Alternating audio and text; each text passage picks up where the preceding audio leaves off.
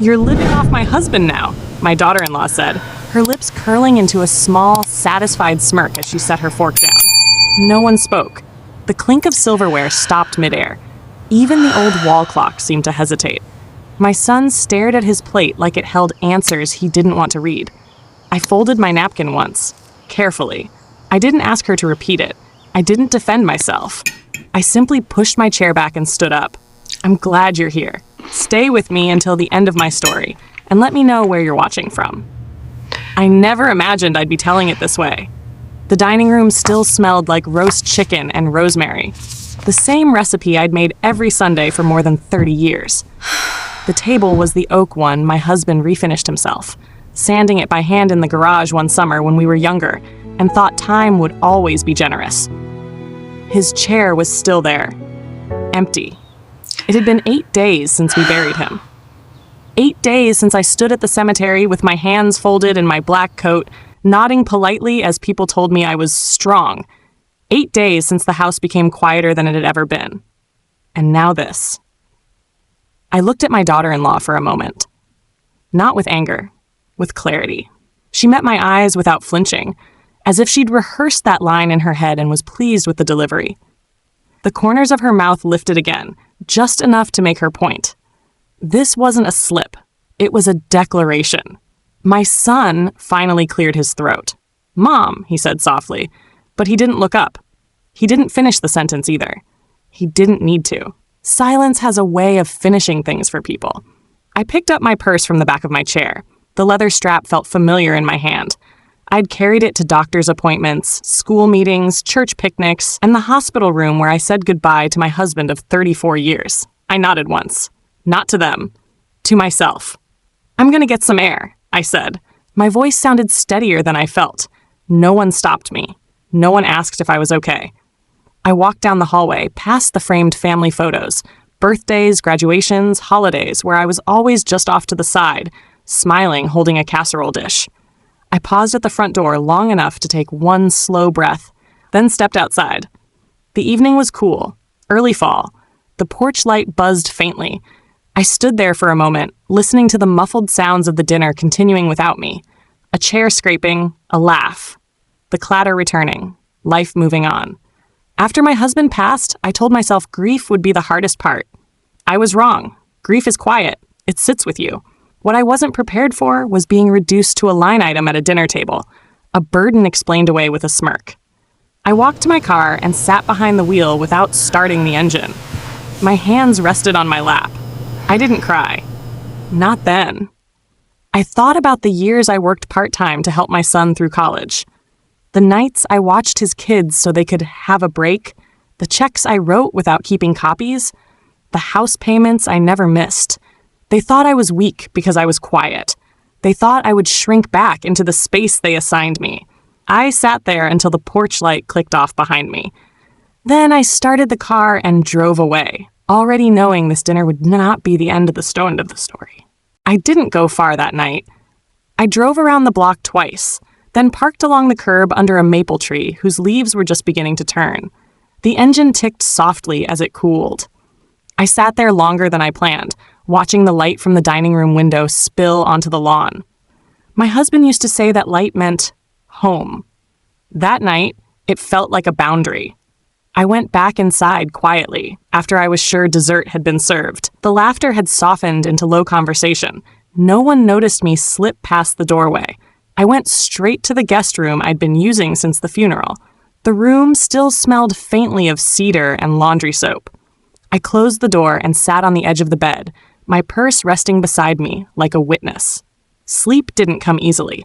When it finally did, it brought fragments. My husband sanding the table, the sound of his laugh when the kids were small, the way he used to squeeze my hand before speaking in public. I woke before dawn with a tightness in my chest that wasn't pain, just resolve. The next morning, I made coffee for myself only. I washed the mug and set it upside down to dry. I didn't leave a note. I didn't announce my plans. I stepped out while the house was still quiet and drove to the bank he and I had used for decades. The branch opened at 9. I was there at 8:45, sitting on the same bench where we once waited together to sign paperwork for a small home equity loan. The air smelled like carpet cleaner and old paper. When the doors opened, a young teller greeted me by name. That surprised her. It didn't surprise me. I asked for copies of statements. Nothing dramatic, just routine. The kind of routine you forget matters until it does. I thanked her and left with a folder tucked neatly under my arm. From there, I drove to the house I had shared with my husband for 34 years. The one we bought before promotions and before grandchildren. The one with the narrow staircase he insisted on fixing himself. I unlocked the door and stood in the entryway, listening to the quiet settle around me. I walked through each room slowly. The kitchen, the living room, the small office where he kept receipts in labeled envelopes. I opened drawers I hadn't touched in years. I found a file folder behind the desk, thicker than I expected. Inside were notes in his handwriting, dates, initials, a reminder to review beneficiary forms. I sat at his desk and read until the light shifted across the floor.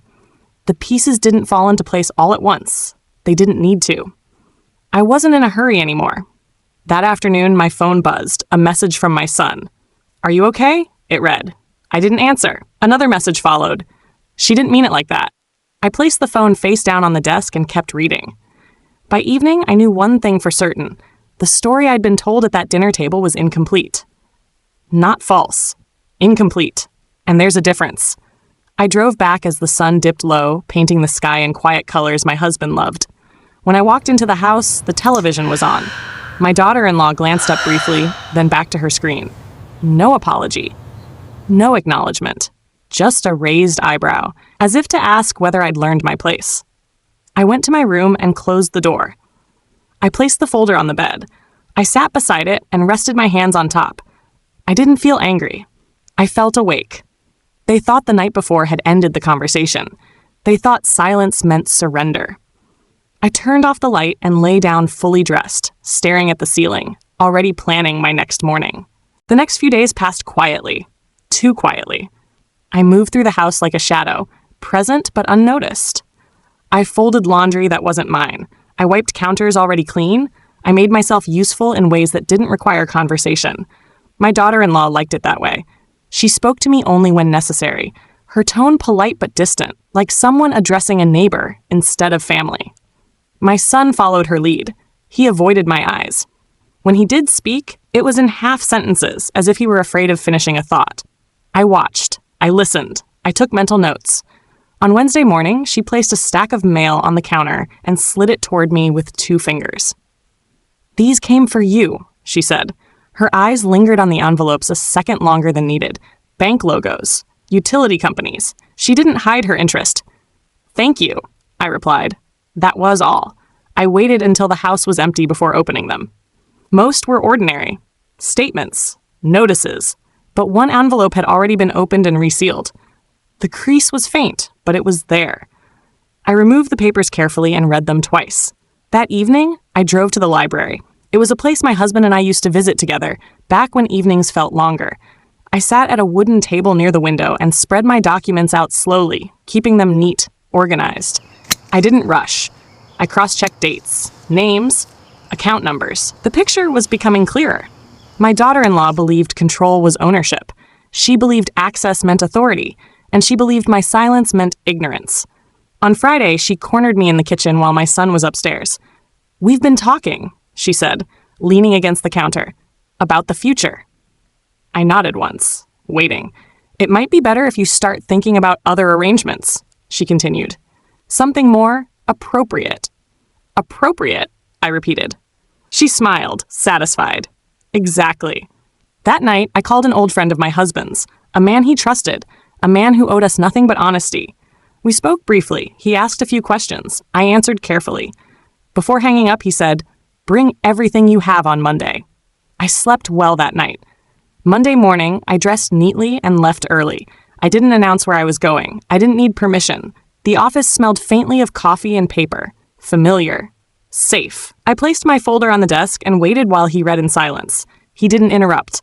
When he finally looked up, his expression had changed. "She's operating on assumptions," he said quietly. "So am I?" I replied. He nodded. "Yours are better." We reviewed documents for over an hour. Some things surprised me. Others confirmed what I'd already suspected. When we finished, he slid one paper back toward me. "This," he said, tapping it lightly, "changes the balance." I thanked him and stood to leave. That evening, I returned to the house just as dinner was being set. My daughter-in-law glanced at the clock, then at me. "We didn't think you'd be back so early," she said. "I had errands," I replied. She studied my face, searching for something. Weakness, uncertainty. She found neither. As I walked past her, she lowered her voice. "Just so we're clear," she said, "nothing's changed." I paused, just long enough. Then I turned to face her. "Not yet," I said. Her smile faltered. Just for a moment. I went to my room and closed the door behind me. I placed the folder on the dresser. I sat down and breathed out slowly. They thought they were managing a situation. They didn't realize they had just given me time. The change in the house was subtle at first. A pause before questions. A longer look when I entered a room. My daughter-in-law had noticed the shift, even if she didn't understand it yet. People who like control are sensitive to silence when it stops being passive. I continued my routine. Morning coffee, a short walk around the block. Light chores. Nothing that drew attention. Nothing that suggested urgency. I let them believe I was settling into the role they'd assigned me. Midweek, my son asked if I could watch the kids on Saturday. His voice was careful, almost hopeful. "Just for a few hours," he said. "We have plans." "I'll think about it," I replied. He looked surprised, not offended, just surprised. I had never said that before. On Thursday afternoon, the mail arrived late. I waited until my daughter-in-law stepped away before collecting it. One envelope caught my eye. Official, neutral. The kind that doesn't raise suspicion until it should. I placed it in my purse without opening it. That evening, during dinner, she brought up finances again, casually, as if the topic were weather. "With everything changing," she said, "we'll need to be careful moving forward." I chewed slowly, swallowed. "Of course," I said. She smiled, reassured by my agreement. The next morning, I drove to the house I shared with my husband and checked the mailbox. Inside was another envelope, identical to the first. I opened them both at the kitchen table, the same table where we once planned vacations and budgets. The letters were brief, clear. They confirmed what the documents had already suggested. I folded them neatly and placed them with the rest of the papers. On Saturday, I declined babysitting. I didn't give a reason. My son didn't press. He never had. That afternoon, my daughter-in-law knocked on my door. She didn't wait for an answer. "We need to talk," she said. I looked up from the chair where I'd been sitting. "Do we?" Her expression tightened. "About expectations." "Whose?" I asked. She hesitated, just a fraction. "Everyone's." I nodded. "Then let's be clear." She straightened, clearly expecting resistance. An argument. Something familiar. Instead, I said nothing. I waited. "That's it?" she asked, frustration creeping into her voice. "You don't have anything to say?" "Not today," I replied. She left without another word, the door closing harder than necessary. That night, I organized my papers one final time. I placed them in order, dates aligned, names consistent, nothing rushed, nothing missing. I slid the folder into my bag and set it by the door. I slept lightly, but peacefully. Sunday morning, the house was quiet. My son and his family were still asleep. I made coffee for myself, washed the mug, and set it to dry. I stood in the kitchen for a moment, listening to the familiar hum of the refrigerator. I felt a sense of closure I hadn't expected. When my daughter-in-law finally came downstairs, she stopped short. "Are you going somewhere?" she asked, noticing my coat. "Yes," I said. "I have an appointment." "With who?" she pressed. I met her gaze, calm, steady. Someone who knows what belongs to whom. She laughed, sharp and dismissive. "You're overthinking things." I picked up my bag. "I don't think so." As I opened the door, I heard her say my name. I didn't turn around. Some conversations don't need witnesses, and some truths are better delivered on paper.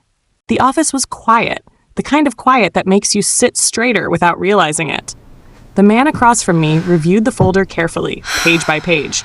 He didn't rush. Neither did I. We had time. I had waited long enough to understand the value of it. He looked up and nodded once. "Everything is in order," he said. That was all I needed to hear. When I returned home, the house felt different. Not hostile, not welcoming, just alert. My daughter-in-law was in the living room, scrolling on her phone. She glanced up, then back down. "How was your appointment?" she asked too quickly. "Productive," I said. My son came in from the kitchen. Everything okay, Mom? Yes, I replied. Everything is exactly where it should be. They exchanged a look. Subtle, but I saw it. That evening, I made dinner for myself only. I didn't announce it. I didn't explain. I ate quietly in my room, listening to their voices drift from downstairs. Plans, complaints, assumptions, the usual. The next morning, I packed a small suitcase. Just essentials. Clothing, medications, a framed photo of my husband and me from a road trip years ago. I left the room tidy, the bed made. No drama in the details. When I came downstairs, my daughter-in-law noticed immediately. "What's that?" she asked. "My things," I said. "You're leaving?" she asked, disbelief sharpening her tone. "For a while," I replied. My son stepped forward. "Why didn't you say anything?" "I did," I said gently. "Why, you just weren't listening." She crossed her arms. "Where are you going?" "Somewhere I'm expected," I said. She laughed again, that same thin sound. You can't just disappear and expect things to stay the same. I met her eyes. Things were never the same. You just assumed they were. Silence filled the room. Heavy. Uncomfortable. "I'll come back for the rest later," I added, lifting the suitcase. My son opened his mouth, then closed it. He nodded instead. I stayed with a friend for a few days, long enough for the phone calls to start. First cautious, then urgent, then defensive. I answered none of them. I didn't need to. On the fourth day, I returned to the house. Not to move back in, just to collect what remained. My daughter-in-law stood by the doorway, clearly waiting. "You should have talked to us," she said. "I did," I replied. "Every time I stayed quiet when you spoke for me." She scoffed. "This is dramatic." "No," I said. "This is organized." I gathered my belongings without comment. She followed me, arms crossed, watching closely. When I reached the door, I turned. "I never needed permission," I said. "I needed clarity." She stared at me, unsure how to respond. Later that week, the letters arrived at the house. Copies. Official, neutral, the kind that doesn't raise suspicion until it does. My son called that night. "Mom," he said, voice strained. "Why didn't you tell us?" "I assumed you'd remember," I replied. "Remember what?"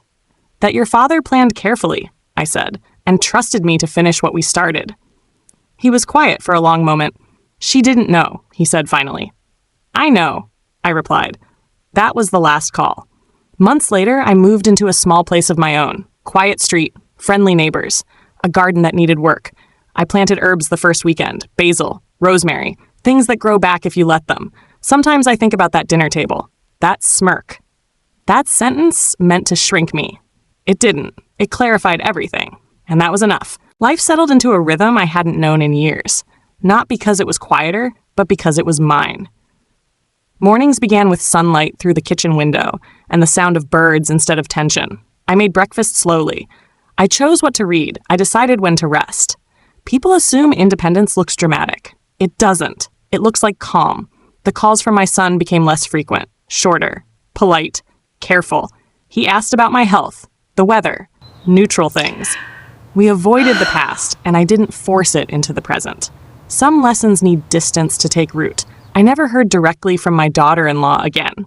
Messages passed through others, updates without emotion. I didn't ask questions. I didn't offer explanations. Clarity doesn't require debate. One afternoon, while tending the garden, a neighbor stopped by. She asked how long I'd lived there. "Not long," I said. "Long enough." She smiled. "You seem settled." "I am," I replied. That evening, I found myself thinking about my husband. Not with sadness, but with appreciation. He had known what people sometimes forget, that respect doesn't come from being loud. It comes from being prepared. I opened the small wooden box where I kept his letters, notes he'd written over the years, some practical, some affectionate. One folded carefully at the bottom. I unfolded it and read it again. "You'll know when it's time," it said. "Trust yourself." I folded it back and returned it to the box. Weeks passed, then months. The seasons changed, leaves fell, new ones grew. My life didn't shrink without them. It expanded. Occasionally someone would ask what happened, why I moved, why things changed. I never gave details. I simply said, I chose peace. That answer always seemed to end the conversation. One morning, an envelope arrived, handwritten. My son's name.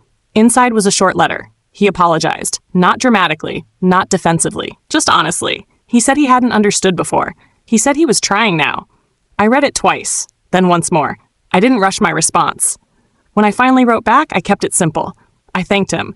I told him I was well. I told him I hoped he would be too. No conditions, no expectations. That was enough.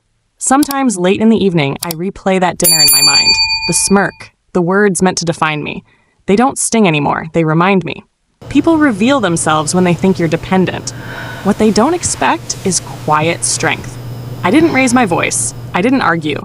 I didn't explain myself to those who had already decided who I was. I chose something better. And if there's one thing I've learned, it's this.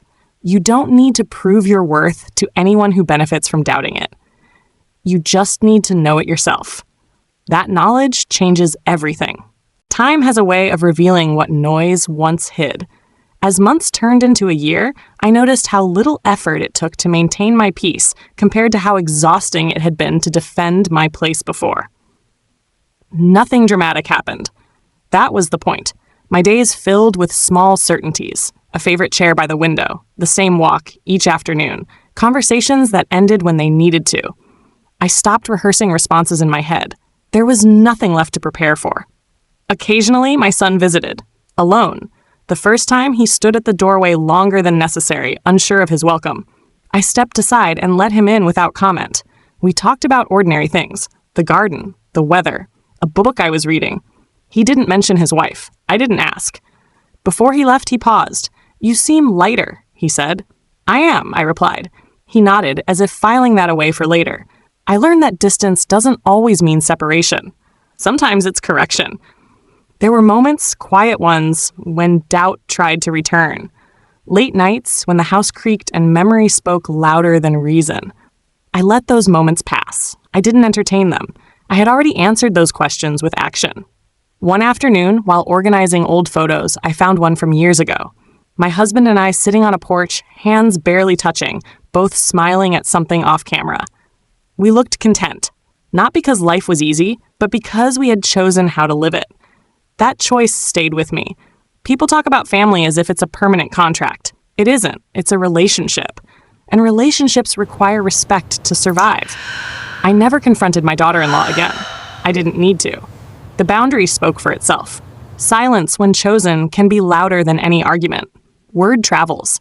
I heard through mutual acquaintances that things at their house were tense, that roles had shifted, that assumptions had been challenged. I didn't feel satisfaction, just confirmation. Power changes when expectations are no longer met. On a quiet Sunday morning, I received another letter from my son, longer this time. He wrote about reflection, about realizing how easily silence can be mistaken for weakness. He didn't excuse anything. He acknowledged it. I placed the letter in the same wooden box as the others, not as a reminder of pain, but as proof of growth. His. Mine. I replied days later. I told him growth takes time, that awareness is a beginning, not a conclusion, that I hoped he would continue listening, even when it was uncomfortable. I signed my name and felt no heaviness afterward. As the year closed, neighbors gathered for a small holiday dinner. Laughter filled the room. Someone asked about my family. I smiled and said, "They're well." Nothing more. Nothing less. That night, alone again, I stood by the window and watched the lights across the street blink out one by one. I felt no loneliness, only gratitude. I had learned something valuable too late to need it, but early enough to live by it. Being underestimated can be a gift. It gives you room to move, and when you finally do, no one sees it coming. There is a quiet confidence that comes when you no longer need approval to move forward. It doesn't announce itself. It settles in. By the second year in my new home, that confidence felt natural, like muscle memory returning after a long rest. I volunteered twice a week at the local library. Simple work, shelving books, helping children find stories they liked. No one asked about my past. They only cared that I showed up on time and listened. I found comfort in that. My son visited less often, but when he did, there was no tension, no performance, just presence. We learned how to exist in the same space without rewriting history. That mattered more than apologies. Once, while helping me fix a loose cabinet hinge, he said quietly, "I didn't see it before." I handed him the screwdriver. "Most people don't," I said. He nodded, accepting that as truth, not defense. I never spoke my daughter-in-law's name. Not because it hurt, but because it no longer belonged in my daily thoughts. When something loses influence, it loses relevance. People asked why I never moved back, why I didn't make things right. I answered honestly. They are right, just not the way others expected. Peace doesn't always look like reunion. Sometimes it looks like distance maintained with dignity. I began hosting small dinners, nothing formal. Soup, bread, conversations that ended naturally. Guests stayed because they felt welcome, not obligated. When the night ended, I cleaned alone, unbothered by the quiet. That quiet used to scare me. Now it restored me. One afternoon, sorting through old paperwork, I came across a receipt from years ago. A small purchase my husband had insisted on keeping a record of. Details matter, he used to say. At the time, I thought he meant money. Now I understood he meant foresight. The strength people admire at the end is built in moments no one notices. In patience. In restraint, in preparation. I didn't win anything. I simply refused to lose myself. Sometimes I imagine what might have happened if I had argued that night at the table, if I had raised my voice, if I had demanded respect. It wouldn't have changed the outcome. It would have only changed who I became. I chose another path. And here's what no one tells you. Walking away doesn't mean you were wrong. It means you were done explaining. On my birthday, a card arrived from my son. Simple. Handwritten, no tension between the lines, just warmth. I smiled and placed it beside the others, not as evidence, as memory. That evening, I lit a candle and sat by the window, the same window, a different view. I thought about all the women who stay quiet not because they are weak, but because they are waiting for clarity, for timing, for certainty. Silence can be strategy. If there's one thing I hope this story leaves behind, it's this understanding. You don't owe anyone access to your life just because they assume they have it. Respect doesn't begin with words. It begins with boundaries.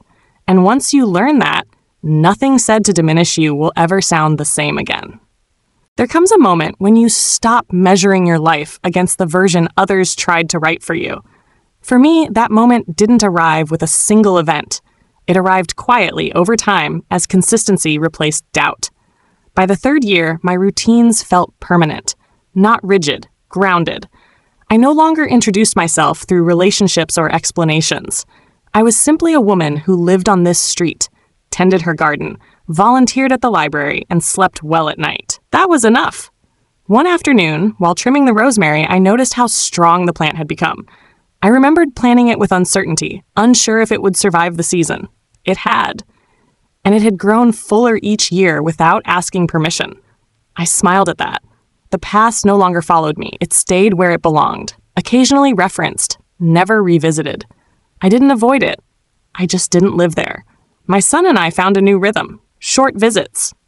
Honest conversations. No expectations.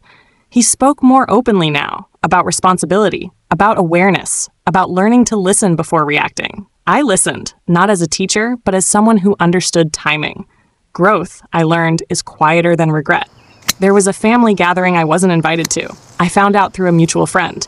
The news didn't sting. It clarified. I realized how differently I measured belonging now. Not by invitations, but by peace. I wasn't excluded. I was free. One evening, sorting through the wooden box, I noticed how few new letters had been added. Life no longer required documentation. It flowed without evidence, without defense. I placed the box back on the shelf and left it there. People often ask what I would do differently. I tell them nothing. Every pause, every silence, every step back served a purpose. It taught me where my energy belonged. If I had spoken sooner, I would have spoken from fear. I waited until I could act from certainty. That made all the difference. The house continued to fill with small joys. A neighbor's dog that waited for treats. A borrowed book returned with notes in the margin. Laughter that didn't require explanation. I stopped rehearsing answers to questions no one asked anymore. One afternoon, my son stood by the window and looked out at the garden. "You built something good here," he said. "I protected it," I replied. He nodded slowly, understanding. I never reclaimed my place at their table. I built my own, one where respect was assumed, not negotiated, one where silence was comfortable, one where I could leave whenever I wanted and return without tension. Some people confuse endurance with strength. They are not the same. Endurance keeps you standing. Strength lets you move. I chose movement. As time passed, I realized the story wasn't about inheritance, or words spoken at a table, or even family roles. It was about self-definition. No one can take what you no longer offer, and no one can diminish what you no longer place in their hands. That sentence changed everything for me. I live now without proving, without persuading, without waiting to be understood. I don't need agreement. I need alignment. And that alignment began the moment I stopped responding to what was said and started acting on what was true. If you've ever been underestimated, dismissed, or quietly pushed aside, remember this: your silence can be strength, your patience can be preparation, and your exit, when chosen wisely, can be the most powerful statement you'll ever make. I didn't raise my voice. I raised my standards, and my life followed. There is a certain peace that comes when nothing is unresolved, not because everything was explained, but because everything was accepted. By the 4th year, my life felt complete in a way I hadn't anticipated. Not full, complete.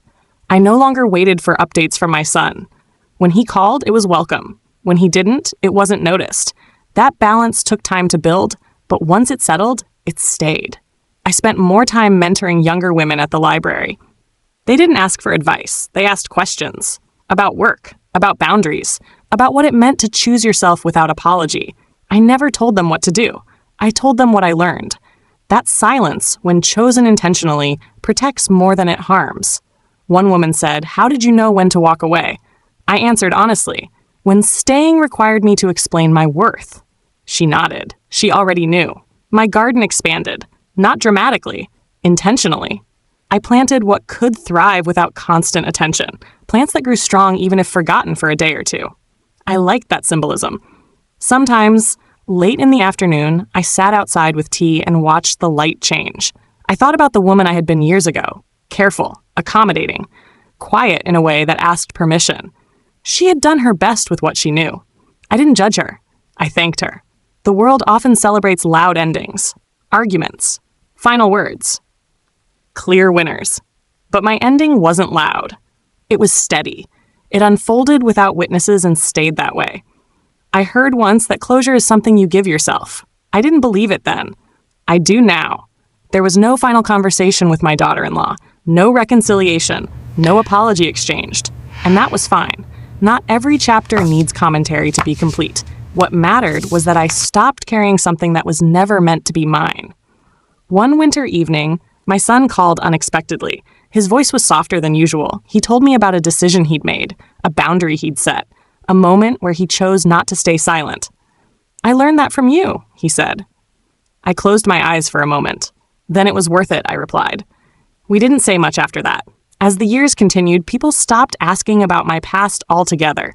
They only knew me as I was. Present, consistent, unbothered by roles that no longer fit. That was freedom. I realized something important. Being respected doesn't always mean being understood. And being understood isn't necessary for a good life. I didn't lose my family. I lost the version of myself that was willing to be diminished for belonging. And I gained something better. If you're listening to this and you feel stuck in a place where your silence is being mistaken for submission, remember this: you don't need to change who you are to be valued. You need to change where you stand. Sometimes the most powerful move isn't confrontation. It's clarity. It's preparation. It's choosing peace and letting the rest reveal itself in time. I didn't respond to the words meant to shrink me. I responded with a life that grew beyond them. And that response lasted longer than any argument ever could. There is a stage in life where you stop narrating your choices, even to yourself. You don't rehearse justifications. You don't review old conversations. You simply live. That stage arrived quietly for me, sometime after I stopped checking the calendar for meaning. I woke up one morning and realized nothing felt unfinished. My days were ordinary in the best way. Coffee before sunrise, a short walk while the street was still quiet, conversations that didn't drain me. Even the pauses felt intentional, not empty. I noticed how little space the past occupied now. It didn't vanish. It just stopped asking for attention. That's when I understood the difference between healing and moving on. Healing requires reflection. Moving on requires direction. I had chosen mine. The younger women I mentored began bringing friends. They didn't call it mentoring. They called it talking, listening, sitting together without needing solutions. I recognized myself in them, not in their circumstances, but in their questions. "How do you stay calm when someone underestimates you?" one asked. I smiled. "I don't correct them," I said. "I let time do that." She laughed, unsure if I was serious. I was. Respect doesn't arrive on demand. It arrives after consistency. I saw my son less that year. Not because anything was wrong, but because life was happening. He sounded steadier on the phone, less rushed, more deliberate. He had found his footing, and I was glad I didn't need to guide him there. One afternoon, he mentioned a family gathering he attended without expectation. "I didn't stay long," he said. "I knew when to leave." I didn't comment. I didn't need to. Growth speaks softly. My daughter-in-law remained a distant figure, a name that surfaced occasionally and then faded. I didn't hold resentment. I didn't hold space either. Some relationships conclude without ceremony. That doesn't make them failures. It makes them complete. I redecorated the living room that fall. Nothing expensive, just small changes. A chair turned toward the window. A lamp moved closer to where I like to read. I arranged my space the way I arranged my life. For comfort, not approval. That night, sitting alone with a book I didn't finish, I felt something close to pride. Not for what I endured, but for what I refused to become. I never became bitter. I never became loud. I never became small. That mattered to me. People often believe strength shows itself in moments of conflict. I learned it shows itself in what you no longer react to, in what you no longer explain, in what you allow to pass without comment. Silence, when rooted in self-respect, isn't absence. It's presence refined. I stopped labeling my story as something that happened to me. It was something I moved through, something I responded to, something I completed. There's a quiet joy in that distinction. As winter approached, I found myself writing less and observing more, watching how people reveal themselves over time, how words lose power when actions become consistent, how clarity attracts calm. I had become someone who trusted herself, not occasionally, fully. And once you reach that place, very little can shake you. If you're listening and waiting for someone to acknowledge your worth, hear this. Acknowledgement feels good. But self-recognition lasts longer. I didn't reclaim my dignity. I realized it was never taken. I simply stopped offering it to places that didn't know how to hold it. And that decision shaped everything that followed. The truth is, I didn't know this story was ending until it already had. There was no announcement, no final conversation, no moment where everything suddenly made sense. Instead, there was a quiet morning, much like the others. Sunlight on the floor, coffee cooling on the counter. A sense of calm that didn't ask for attention. I realized then that I wasn't waiting anymore. Not for understanding, not for permission, not for anyone to change. I had already moved on. Not away from people, but toward myself. I walked through the house slowly that morning, noticing things I had once overlooked. The chair by the window, worn but steady. The bookshelf filled with stories I chose. The small table where letters once sat, now empty. Not because they were gone, because they were no longer needed. Nothing felt missing. That surprised me the most. Later that week, my son stopped by unexpectedly. He didn't stay long. We sat quietly, the way people do when they don't need to fill space. Before leaving, he hugged me, not out of obligation, but recognition. "I'm glad you're happy," he said. "I am," I replied, and I meant it without hesitation. After he left, I didn't replay the visit. I didn't analyze his tone. I didn't search for meaning. I simply returned to my day. That's how I knew I was done carrying old weight. In the evening, I took out the wooden box one last time. I didn't open it. I ran my fingers across the lid, remembering what it once held. Proof, plans, preparation. Then I placed it back on the shelf and closed the cabinet. Some chapters don't need to be revisited to be honored. I thought briefly of that dinner years ago. The words spoken casually. The smirk meant to establish control. At the time, they had felt heavy. Now they felt distant, not painful. Educational. They showed me something I might never have seen otherwise. Not everyone who stands at your table respects your place there. And not every silence is surrender. I never defended myself that night. I didn't argue. I didn't correct her. I didn't explain my value to someone who measured it incorrectly. Instead, I chose patience. I chose preparation. I chose peace. That choice changed the direction of my life more than any argument ever could. If this story resonates with you, maybe it's because you've felt it too. That moment when someone assumes you are smaller than you are. When they mistake kindness for dependence. When they believe silence means you have nothing left. Here's what I learned, and what I hope you remember. You don't have to prove your worth to people who benefit from misunderstanding it. You don't need to stay where your presence is tolerated instead of respected. And you don't need a dramatic exit to make a powerful one. Sometimes the strongest response is a life lived well, far beyond the reach of those who tried to define you. I didn't win anything. I reclaimed something. My time, my voice, and once I did, I never needed to explain myself again. That's how this story ends. Not with confrontation, not with regret, but with clarity, and a quiet life that finally belonged to me.